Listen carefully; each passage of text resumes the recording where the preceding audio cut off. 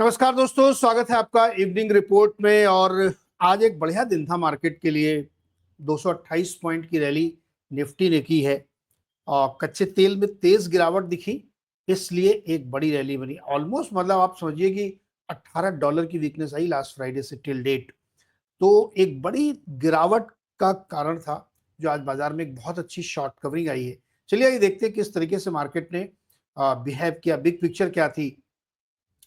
तो करीब 5 दिन से जो मार्केट लगातार गिर रहा था, आज उसने एक बेहतर दिन देखा, अच्छी फर्मली अपनी ग्रीन क्लोजिंग करने में सफल रहा। और ये तेजी इसलिए आई क्योंकि कच्चे तेल में शार्प फॉल थी। इसमें कोई शक नहीं कि अब वो 90 से नीचे ट्रेड कर रहा है। निफ्टी 50 जो है 228 पॉइंट की रैली के साथ बंद हुआ। 9% की कमजोरी क्रूड ऑयल में दिखी, 89 पे आसपास चल रहा है। रुपी भी हमारा काफी तेजी से स्ट्रेंथ हुआ है, 63 पैसे मजबूत होकर के 95 90 में गया था। हालांकि ओवरसीज मार्केट में अभी फिर से 96 के ऊपर होगा, लेकिन दोनों फैक्टर्स काफी पॉजिटिव थे। आईटी, बैंकिंग और रियल एस्टेट स्टॉक्स में बढ़िया मजबूती यहां पे बनी। लेकिन एफआईज ने आज भी नेट बेसिस पे 1688 करोड़ की बिकवाली की है। चलिए ट्रेंड को समझते हैं, मार्केट में क्या ट्रेंड था। अब देखिए, पूरा मार्केट, चाहे आप मिड स्मॉल माइक्रो जो भी आप सेक्टर देखें, बड़ी तेजी बनी और विक्स भी 9-10% के नीचे आया। क्रूड ऑयल क्यों गिरा, इतनी बड़ी तेजी क्यों आई? क्रूड ऑयल इसलिए गिरा क्योंकि शुक्रवार की रात तक ही ये मैसेज आने लगे थे कि बातचीत करने के मूड में है। फिर संडे रात तक खबरें आने लगी कि 2 दिन से दोनों ने कोई हमले नहीं किए हैं एक दूसरे के ऊपर, और मिस्टर नेतन्याहू की डोनाल्ड ट्रंप से मुलाकात भी होने वाली, उसके लिए जा रहे हैं वो।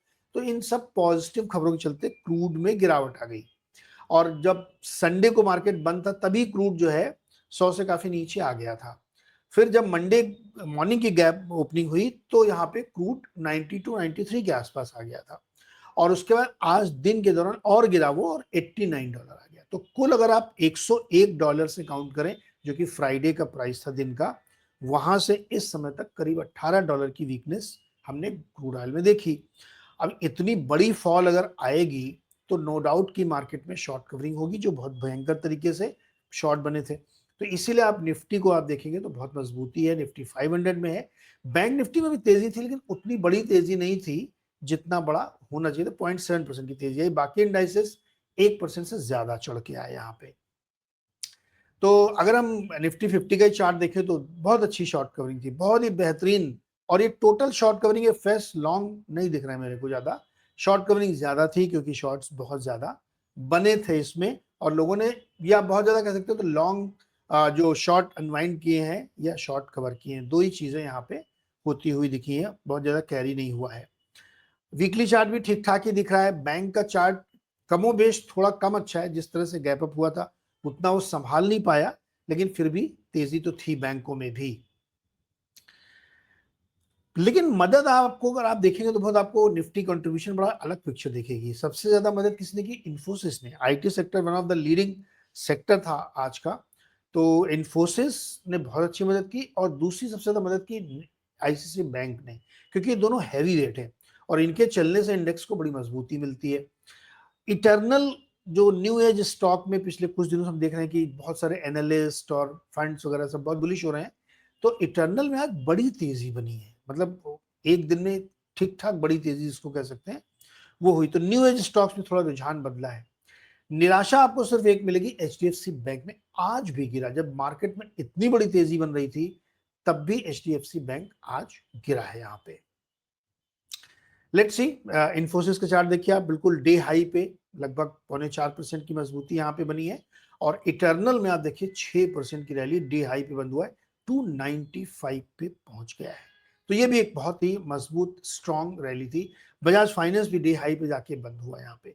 तो बैंकिंग, फाइनेंशियल्स, आईटी से सपोर्ट मिल रहा था, आईटी एनेबल्ड कंपनियों से सपोर्ट मिल रहा था। लेकिन एचडीएफसी बैंक आज भी निराश कर गया और 0.4% नीचे गिर के अब 740 से भी नीचे चला गया है। आप सोच के देखिए केवल 5-6 दिन के अंदर स्टॉक में कितनी बड़ी पिटाई हुई है। एक खबर भी आई है इसमें, आपको याद होगा, जो एमएसआरटीसी के साथ इनका एक मामला पकड़ा गया था जिसमें इन्होंने ज्यादा डिपॉजिट के चक्कर में उनको कुछ पैसे दिए थे। उसमें इंटरनल एक कमेटी बनी थी इंडिपेंडेंट डायरेक्टर्स की, जिसने अपनी रिपोर्ट दी है।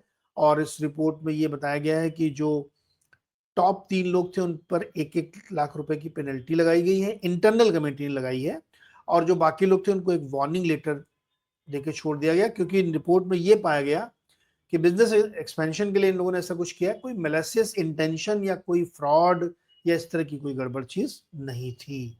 अब जो भी है, फिलहाल मार्केट ने इसको लाइक नहीं किया, और वो 23 जुलाई की रिपोर्ट है जब वो फैक्ट फाइंडिंग रिपोर्ट आई थी। लेकिन जो भी है, एचडीएफसी बैंक आज गिर के बंद हुआ। एडवांस डिक्लाइन काफी बेहतर है, बुलिश टोन साफ दिख रही है यहाँ पे कि हर फ्रंट पे, चाहे आप 50 देखो, 500 देखो, बैंक देखो या टोटल एनसीबीएससी देखो, तो आज एडवांस डिक्लाइन बढ़िया बना है, और इसकी गवाही है, इसका एविडेंस आपको निफ्टी 500 के हीट मैप से भी मिलेगा।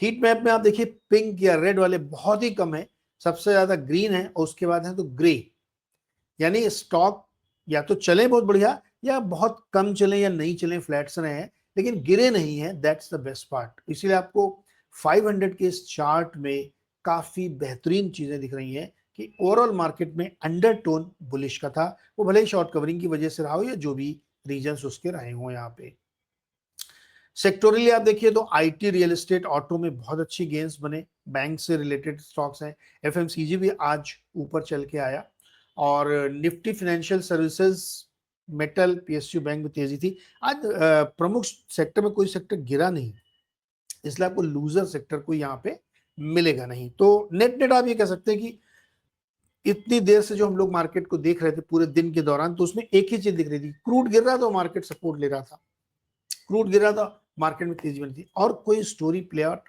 हो नहीं थी। इवन अर्निंग सीजन भी कभी बहुत जोर नहीं था, लेकिन इस बीच फायदा उठाया एफआईआईज ने। देखो, इतनी बड़ी तेजी, इतनी शॉर्ट कवरिंग, बड़े बड़े इंडाइसेस चल रहे थे, आईटी सेक्टर भी चल रहा था, फिर भी 1688 करोड़ उन्होंने बेचा ही। नेट बेसिस पे कैश मार्केट में उनकी सेलिंग है, which is not a good sign. यानी वो इस शॉर्ट कवरिंग रैली में बहुत बिलीव नहीं करता है, क्योंकि उनको पता है कि शॉर्ट कवरिंग रैली है, अभी कल को फिर से कुछ आ जाएगा तो क्रूड फिर भाग सकता है। तो that's really scary and sceptical stance taken by FIIs. अब तक का जुलाई का जो स्कोर बन रहा है उसमें 13,000 करोड़ की नेट सेलिंग है, 32,000 करोड़ की नेट बाइंग है, तो सिनेरियो यहाँ पे पेंट हो रहा है। अब देखते हैं कि क्या अदर एसेट क्लास में क्या हुआ था। गोल्ड सिल्वर में कोई बहुत बड़ा मोमेंटम नहीं था, नॉर्मलाइज था, लेकिन कच्चे तेल में काफी चेंजेस है। देखिए 101 वाला ब्रेंट अब 89 पे है, और जो 92-93 तक पहुंच गया था WTI, अब वो $83 पे है। तो बड़े करेक्शन यहाँ पे हम लोगों ने देखे। बॉन्ड यील्ड भी थोड़ी सी ठीक हुई है, 6.81 पे है, और करेंसी 96.04 पे आ गई है, क्योंकि ओवरसीज मार्केट में थोड़ा सा ऊपर फिर से गया है। ये 96 का लेवल जो नीचे आया था 95-90 तक के आसपास, वो फिर से ऊपर जाता हुआ दिखा।